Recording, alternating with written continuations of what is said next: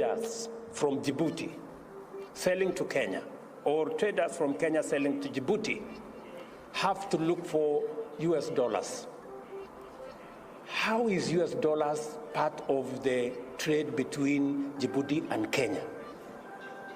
Why?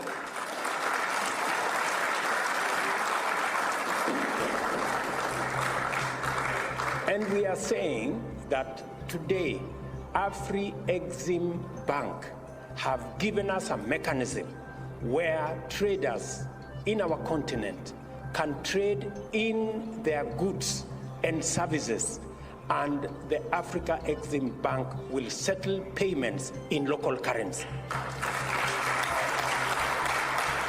Africa has made a shocking move. They are cutting ties with the US dollar as a currency in which they trade. African countries will now trade with each other using their own currencies instead. Many African leaders have raised concerns about the volatility of the US dollar, which can impact their economies. They argue that relying on a single currency leaves them vulnerable to global economic shifts and limits their monetary policy flexibility.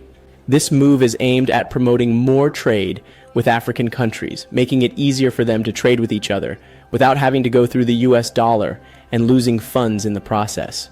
This will keep more money in Africa and promote economic growth. Cutting ties with the US dollar will also reduce reliance on the US and create less vulnerability for African countries to US support policies. In essence, Africa is taking its destiny into its own hands and creating a more sustainable economic future. Let's hear from the redacted team on this news. Well, Africa is making serious strides to break with the US dollar and the West in general. Many of those moves are happening this week. More than 20 African nations are expected to attend the St. Petersburg International Economic Forum that starts today in Russia. We're going to talk more about that in a minute. But first, watch Kenyan President William Samoei Ruto speaking to Parliament this week, announcing that Kenya will start trading in local currencies within Africa and not the US dollar, as they have been doing for decades. And watch the standing ovation that he receives from this announcement.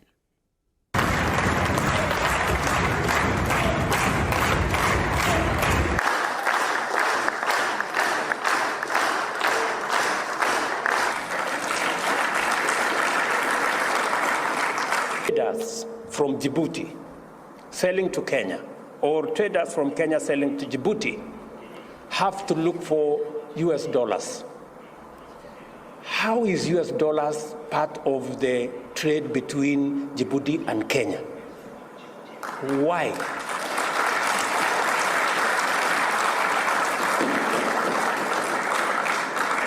And we are saying that today, Afri-Exim Bank have given us a mechanism where traders in our continent can trade in their goods and services, and the Africa Exim Bank will settle payments in local currency.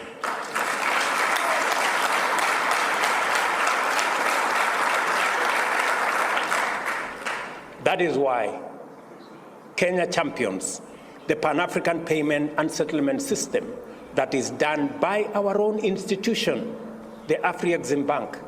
Why, members? Why is it necessary for us to buy things from Djibouti and pay in dollars? Why? There is no reason.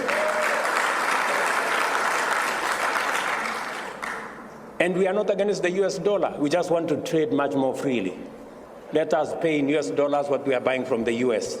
But what we are buying from Djibouti, let's use local currency.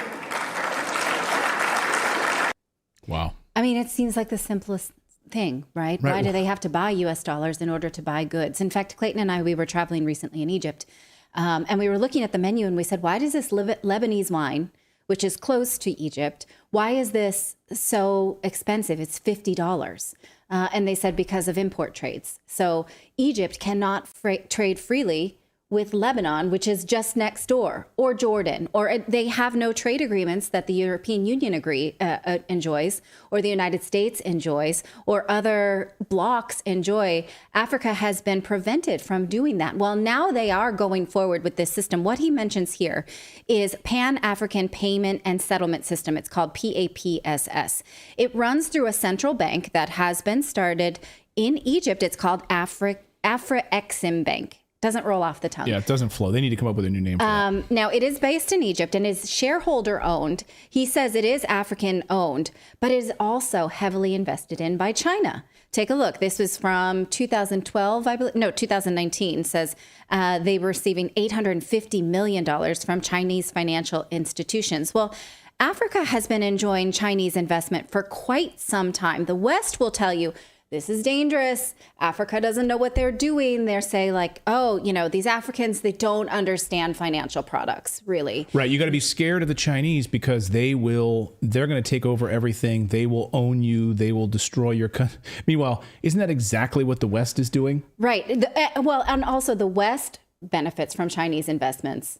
But we're telling Africans they don't understand what they're doing. I don't think there's anything more racist than that. Like, sorry, you guys don't understand finance. You don't understand that when you're accepting this debt from China, you're really doing your country wrong.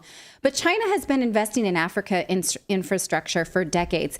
For example, in the Congo, major roads were shelled and destroyed in 1997 by the Rwanda-Uganda-backed army.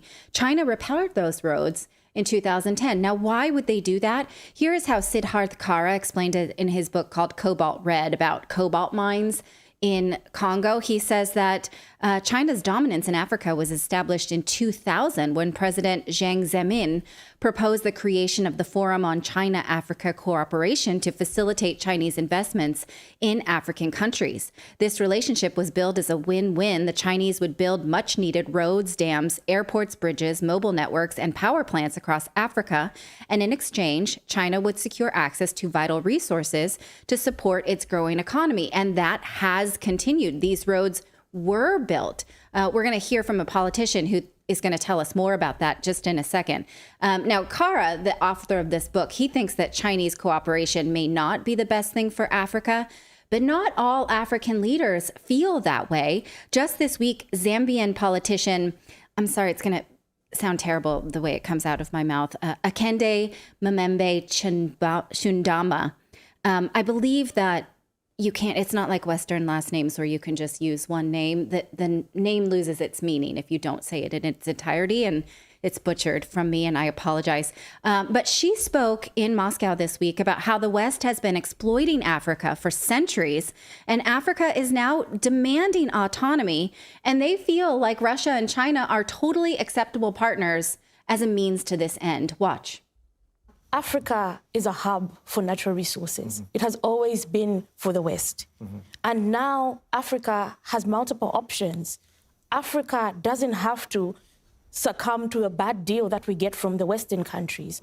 Africa has choice now. Africa now wants to be treated as equals at the table. And now Russia and China offer that to Africa.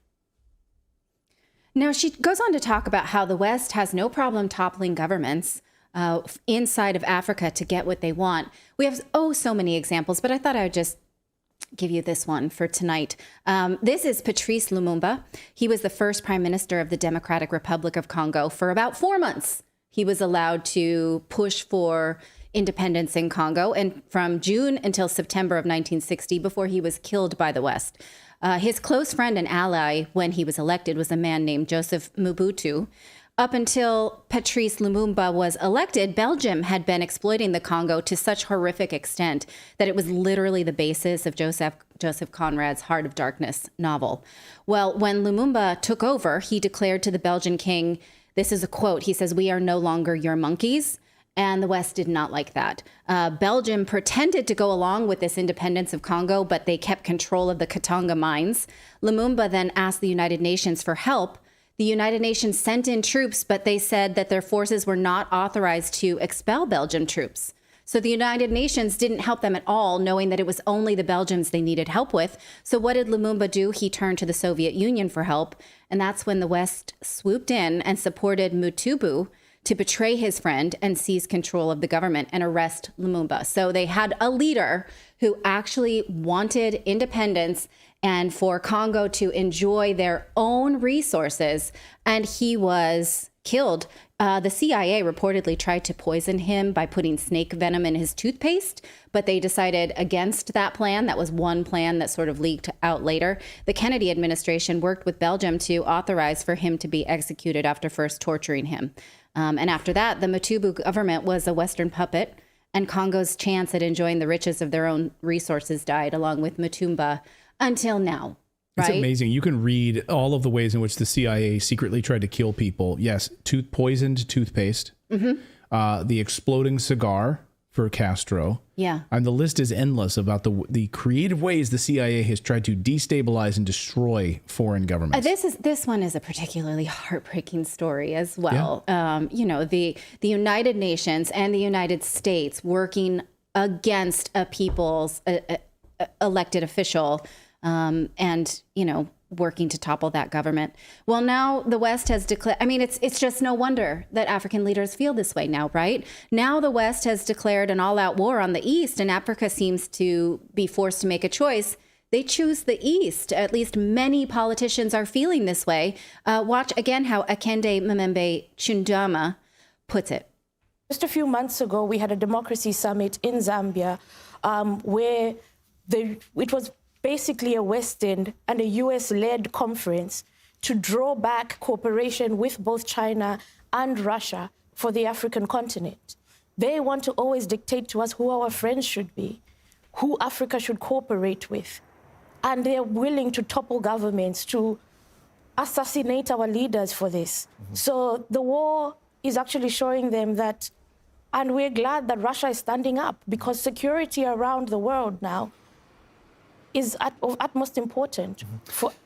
Yeah, apologies for interrupting you. Now, we see that many Western states are trying to discourage the cooperation of many African countries with China and Russia. What do you think they fear by this? And are there attempts to discourage this cooperation working?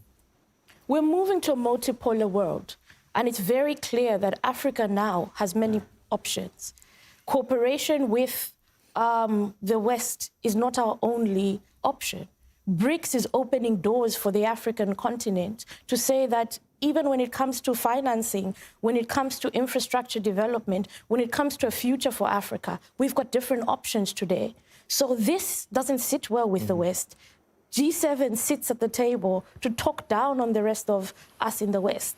But with BRICS, we're seeing a different order. We're seeing a global community wanting to come together and talk as equals. So this is not sitting well with the West. It's not sitting well with the hegemony that they're used to. Wow, that should be... Yeah. Everyone should watch that clip. Speak, girl. Yeah. She goes on to say that the debt they get from China is based on favorable rates, and they actually seize where it goes when roads, schools, hospitals, hydropower stations are actually built as a result. We do know how to evaluate financial products, thanks to the West. We understand interest rates and what you get in exchange for loans. She says this idea that Africa is putting itself into a debt trap is fake news and Western propaganda. And I'm going to say that that's racist for the West to tell an entire nation of people they don't know how to deal with finance. She says that she says all of this while she's in Moscow for the St. Petersburg International Economic Forum. Again, there are more than 20 African nations in attendance, and also leaders from Asia, the Middle East, India, and South America. More than 17,000 participants from 130 countries and territories have now confirmed participation, according to conference leaders. And the focus here, again, is on multipolarity, which I think is code, and the East is using this a lot for each region maintaining its own power in the world and autonomy instead of unipolarity, which is what the West has enjoyed for the last few decades, which means power concentrated in one place and one economy. So again, I think this is a major struggle for global values playing out right before our eyes. And it's amazing to think, because now on the heels of the meetings between Iran and Saudi Arabia, bringing the Iranian embassy back into Saudi Arabia, that peace being basically brokered because of China. We're seeing the expansion of the Saudi Arabian partnerships with China and the expansion of the Chinese yuan and moving away from the US dollar to settle trades with China. I mean, the writing is on the wall. The writing is absolutely on the wall right now for the U.S. dollar.